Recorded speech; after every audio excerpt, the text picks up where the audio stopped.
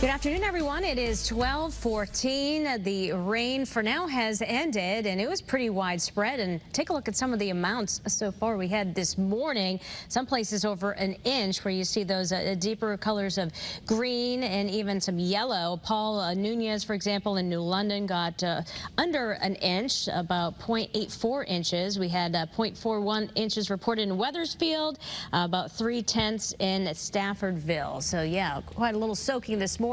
Let's take a look at the time lapse in New London from early this morning, and then as we track the rain that moved on through, visibility dropped off, and conditions have improved somewhat. We're still socked in with the clouds right now. The live view showing you it's 56 degrees, south wind at 7. It's not going to help you warm up very much at all today. We are going to be seeing that sunshine breaking out, partially clearing out the sky, the clouds, so to say, as we head through this afternoon. That's going to cause those temperatures to really rebound, especially across the western part of the state. And then we'll be watching for some isolated shower and storm development. It's already up to 74 Danbury, but everywhere else is in the 60s, lower to middle.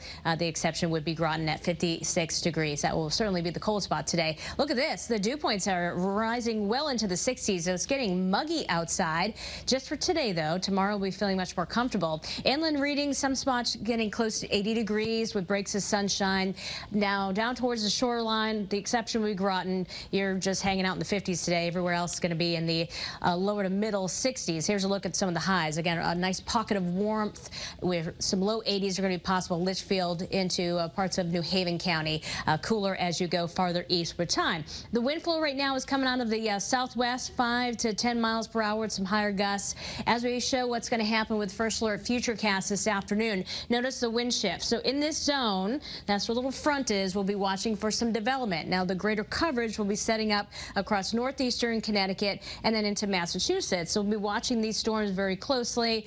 Very few and far between will be impacted today, but if you are, you're going to get a heavy downpour, certainly cloud to ground lightning we're concerned about, and there's also the possibility of some larger hail developing within these and even some strong wind gusts. So a low chance of it happening, but it's not zero. So we'll be watching that radar for you, and you can keep up with the radar trends too through the WFSB First Alert Weather app. Tomorrow features dry conditions to start, a few showers late in the afternoon, temperature inland spiking to near 70 degrees. Along the shoreline, dry for you through the early afternoon, and then a few showers as we head later in the day. So your First Alert 7-day forecast features, again, an isolated passing shower storm, a variety of high temperatures across the state as we showed you.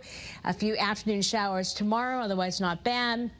Friday is much cooler, feeling like March with highs only in the 50s, and scattered showers will remain possible. Over the weekend, unfortunately for Mother's Day, we did have to add back in that shower chance. If this is the first time you're seeing this forecast again, a little cooler with low 60s for highs. Lows will be generally in the 40s and 50s. And shoreline temperatures, we're all going to be cool dealing with it all together on Friday. So spotty, it's not washout rain this weekend as of right now, just showers off and on. So you have to have that plan B with mom. But all in all, things are looking pretty good. We'll have another update on this forecast coming up in about 10 minutes from now. Kara?